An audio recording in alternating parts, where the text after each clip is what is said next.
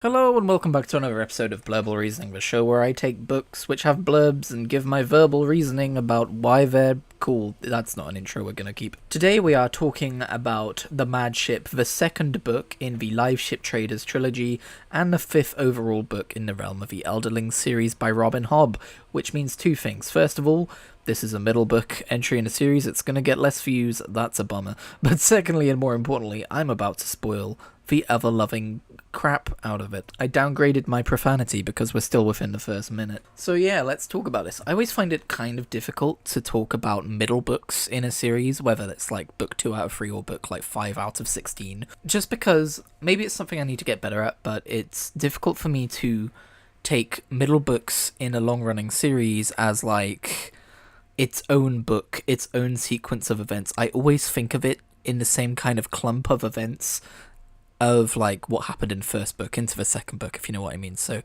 I'm trying to get better at this, but there might be times when I'm like, oh wait, no, that was a book 1 thing. All the same, this book does have an identity of its own, and I think that identity is lore. We got so much lore about the world in this book, it's insane. Lore that ties not just back to what's going on within this trilogy, but also some things that happened in the Farseer trilogy too, so there's going to be spoilers for that as well. So I had my suspicions about what was going on with the kind of like, there was definitely this kind of dynamic between the live ships and the serpents and the dragons, and the city of the Elderlings, and all that seemed tied together in ways that I was kind of guessing at. I don't remember what my theories were anymore, but I think I was grazing at the truth, and the truth that this book reveals to us is that serpents metamorphosize, I know my words, into dragons, but they do so by being wrapped in a kind of wizard wood cocoon in which it stores their memories. Or the dragons. Okay, so there's still a few things that we don't know, but that are a little vague. I'm sure they're going to get cleared up. But it's either like the wizard wood stores their memories or has the capacity to store memory, but then the dragons are required as part of a process to, I guess, help them emerge from the cocoons, or maybe hold their memories.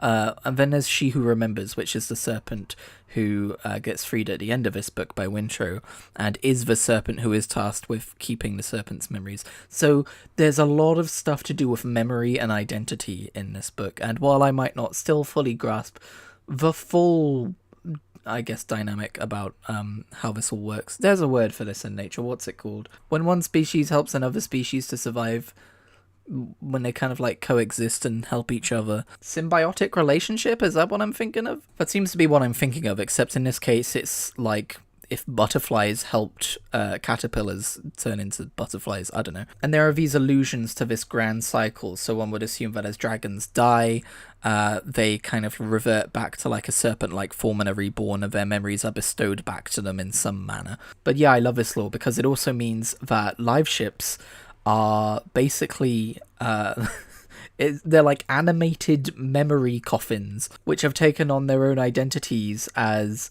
people have died into the wizardwood and imbued them with their own memories. So you know how they say it takes 3 generations of a family to quicken a live ship, to awaken it.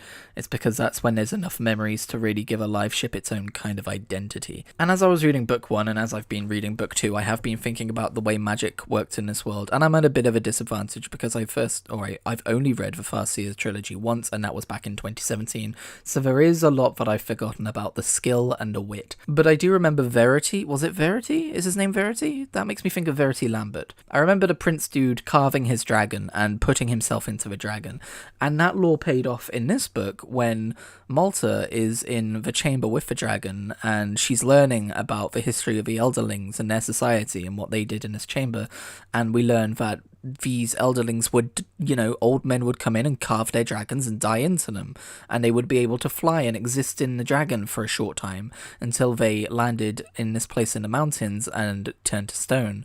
And the dragon in the Wizardwood plank, what's her name again? Tantaglia or something?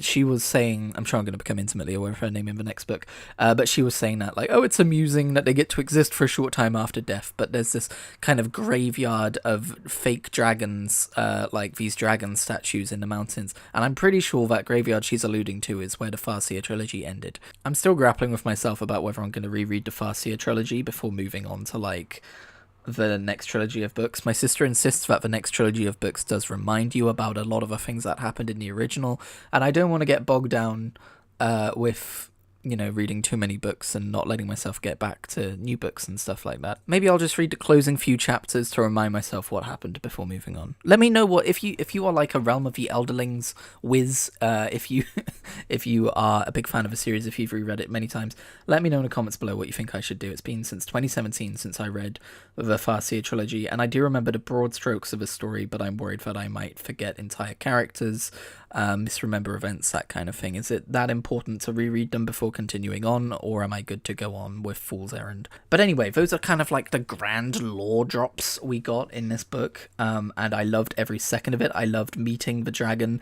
I loved... I guess that's not all the grand lore drops we got, and it's because we got to see the city, we got to see the Rain Wilds, and we got to see the Rain... I don't know how you pronounce his name. Is it Rain or Rhine? Rain Kupus, and... they're basically this society of archaeologists who have been like delving into this ancient elderling city which has been buried after a calamity long ago, and they've been harvesting its flame jewels and stuff like that, little bits of magic things to sell to people. And I love the whole dynamic of the last dragon, the last of her kind, trapped in a wizardwood coffin, the last wizardwood log that belongs to the Kuprus family, who they yet to turn into a live ship, and how that whole thing works with them. Like, they've been slicing open these wizardwood logs in the dark and like tumbling out these like unformed dragons, which would have been serpents when they cocooned up in these logs. And so when the ship remembers, when I forget what it's called, it's like the something coin, the coin something, when that live ship gets dragged down and realizes that its name is Dracuius, and it used to be like a serpent, and he's like, they tossed my soul onto the floor, I'm just memories. I think it's really interesting that this collection of memories within magic wood can exist and think for itself, because we've seen from the perspective of Vivacia. We know that it does think for itself. It's not just a simulacrum that like appears to think for itself. And the idea that it doesn't have a soul, it's not a real entity, it doesn't really exist, it's just a bundle of memories that have been magically animated. What does that mean? It's crazy to me because that harkens back to sci-fi themes, right? Of like artificial intelligence and what makes a living being, what makes a sentient being. At what point, does that become an actual person? Or you could say it's more reminiscent of themes regarding cloning in science fiction, and if there are two versions of someone, who's the real one, that kind of thing. Can a recreation of someone be their own person? It's so cool that we're getting to explore these themes in a fantasy world instead. And yeah, I do have thoughts about it, because if you are, conscious enough to have a sense of self and needs and wants and worries and opinions and desires and all of those emotional baggagey things, I think you're a person, and it's weird to say that you don't have a soul because they tossed your original body out onto the floor. I think, I don't know how it's going to resolve in the book itself, but I think it's wild to claim that Vivacia and Paragon and other live ships don't have souls, or at least in that way of saying like they aren't real beings, they don't have a right to life in that way. And I think the fact that when those serpents basically broke apart Dracuius, or the live ship version of him, and consumed his memories, they now remember his life. And we'll get into more about memories in a second, but to me that just indicates that maybe they can still rebirth him in some way, or he lives on through them in that way. And yeah, it's a very philosophical kind of question, like the difference between memory and soul and identity, I guess. But yeah, memory magic basically is what we're dealing with in this series, I feel like, and that's super fucking cool. And I think that ties thematically really well into the kinds of magic we've already seen in this world, with the skill and the wit. I don't know, just like whatever's going on with this memory magic feels like it slots right in perfectly. I'm sure it all gets explored more as we get into further books in the overall Realm of the Elderling series, and I'm so excited to find out more. My sister just finished Blood of Dragons, and she very excitedly told me that lots of things were finally explained and revealed, and that's the same way I feel about the Mad Ship. But of course, we didn't just get deep lore in this book, we also got a lot of character growth, and all of the praise I heaped on Robin Hobb in the previous video for how she writes believable characters, and their flaws and their desires, and all those things, and how believable their voices are, and how crazy it is that she could write all of these believable voices because she couldn't possibly have lived all of these different aspects of these different people's lives and what they think and what they believe, but it almost feels like she has. That continues here in full force.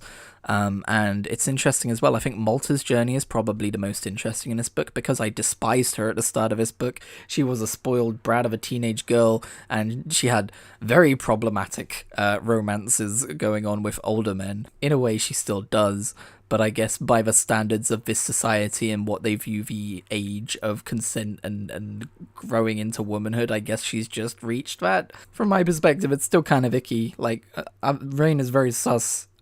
That man went after a very young girl. But their romance is depicted as growing into something quite genuine, and I can't help but even root for them at this point. Like, Rain came off very predatory to begin with, and I did not like him, but he's coming across quite protective now, sometimes overprotective, and that's a common theme of this book as well, men being overprotective and domineering to the point where they don't believe that women can handle themselves, and that form of almost accidental sexism, I guess, that comes with a society that is steeped in a lot more overt sexism. But yeah, by the end of the book, Malta felt like an actual character I enjoyed reading and looking forward to seeing. The way she's been maturing throughout this book has been really interesting to watch, and even some of the things that have been happening to her, I sent my sister a message I think I'm starting to realize that Malta is actually the main character of this story, and she's like, oh yeah, there's loads of main characters. I was like, no, you don't get what I'm saying. I think she might be the most important character, at least in this portion of the series, especially since she just released the last dragon into the world, which I'm sure is going to have some serious consequences. Wintrow's journey in this book was interesting. He was my favorite character of the previous book, but I will say my interest in him waned slightly in this book because it became a lot more about his relationship with Kennet, and Kennet kind of molding him from a priest into this almost successor pirate prince, and a lot of that kind of goes against what Wintrow originally stood for. He even ends up killing a man in self-defense in this book, to be fair, but yeah, a lot of interesting stuff happening with Wintrow, but I did end up feeling a little bit disappointed by how much he came to idolize Kennet by the end of it. I thought it made him slightly less interesting as a character that he had gone that way, although it does make a certain kind of sense. Kennet is bonkers, by the way. I mean, in this book, he's been dealing with his freshly amputated leg, of course, but as he recovers from that, just a lot of the way he thinks and the way he manipulates people into loving him is wild, and I can't even as a reader, I can't tell whether I approve of Captain Kennet or not at this point. Clearly he's had a very traumatic past, but that does not excuse him from even towards some of the later sections of this book when it looks like he's going to be killed by a mob, he's oh well, the girl and the boy may shield me for a few minutes while they die. He clearly still doesn't truly care for them until later he does, but when his survival instincts are kicking in, it's okay, dude. And he's constantly misevaluating Etta and her value as a person and human being. And it's wild to me that Vivacia just it's so annoying watching her fall under his sway and just become besotted with him. And of course, Vivacia's having an identity crisis of her own after all those people died on her decks and bled their memories into her. And it's so cool seeing how the magic of live ships works with the magic of, for instance, dying into a dragon to become a stone dragon, and how memories can soak into, a magical object and possess it, and what that does to one that already has its own identity. Althea in this book, for a while, I was shipping her with Amber. I thought they definitely had some romantic energy going on between them back in the middle of the book when she was angry at Brashen and wasn't sure about Grag. Imagine having a name like Grag, by the way. Imagine having a name that's so cool, like Tenira, for a surname, and then your first name's fucking Grag. I will say, a lot of Althea's ruminations in this book about love and the cost of loving someone and dedicating yourself to someone and them to you, and the compromises that might make for who you are as a person and what you want to do in life. Obviously there's a whole being a woman in a misogynistic society aspect that I cannot empathize with, but a lot of the themes around Althea and the way a lot of the things she said I found very poignant personally. Not to get too oversharey, but I'm really invested in Althea's future. I think it's nice just to find a character who overthinks about this shit as much as I do. And for a while there I was like being like, no, don't go with Brashen, but by the end of the book I'm kind of shipping her with Brashen. Amber is totes gay though. I don't know what's going on with Amber. I think she might have the skill or something. She definitely knows a lot more than she's letting on. She has some prophetic ability, it seems like. Something I have cottoned onto is that the Elderlings are, said to have very golden skin when Malta sees them, and Amber is said to have very wooden looking skin, so I wonder if she's some kind of like Elderling descendant or something. I could be reading entirely too much into that, of course, but I love when Amber gives hints about her past. At one point she mentions that there used to be a friend she had who she used to talk to all the time, this boy, and sometimes she still kind of like imagines how he would reply back to her. I have a pie in the sky Hail Mary theory that is Fool from the Farseer trilogy. I don't know why, probably just linking mysterious figure with mysterious figure over here, but yeah, if I remember right, Fool was described as having extremely pale skin as well, so they're both of these mysterious figures with these mysterious appearances, and I think it could just be interesting if they have some kind of shared past. Also, I noticed was written in like 1999, back before we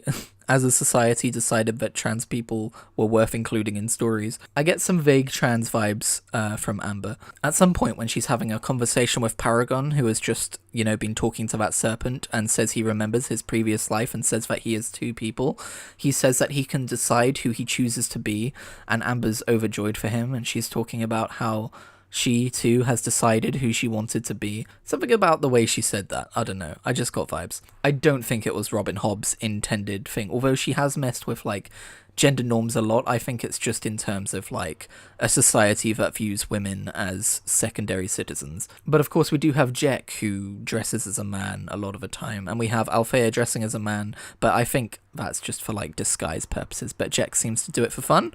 I don't know. At one point as well, you know how I said I shipped Althea and Amber? Malta does say that there are rumours that she's been, having sex with Amber. But I think that was just high society gossip about taboo topics. So yeah, don't mind me just looking for queer representation in stories from back before queer representation was really all that common, as I usually do. I'm sure I'm setting myself up for disappointment. I do think Amber is also portrayed as being neurodivergent, with how she seems outwardly frustrated in a way we've never seen her when she's on the ship, because she doesn't have any privacy. She's not used to being perceived at all times by at least one set of eyes. I feel that so bad. I really like Amber, I don't know if you could tell. Anyway, I haven't gone into detail of every single character and every single plot point, so do feel free to leave a comment down below if you want me to pass comment or judgment on anything that I did not mention here. But all the same, that's probably going to wrap up my thoughts for the Mad Ship, so that I can get on with reading Ship of Destiny, and then I can get on with reading Fool's Errand, maybe. These books are so much fun, and this book gave so much lore, and it's such a unique and interesting world that we've got being created here. I can't wait to read more. So thanks for joining me, and stick around for my conclusion thoughts on this trilogy whenever I finish Ship of Destiny, and I will catch you in whatever I make next.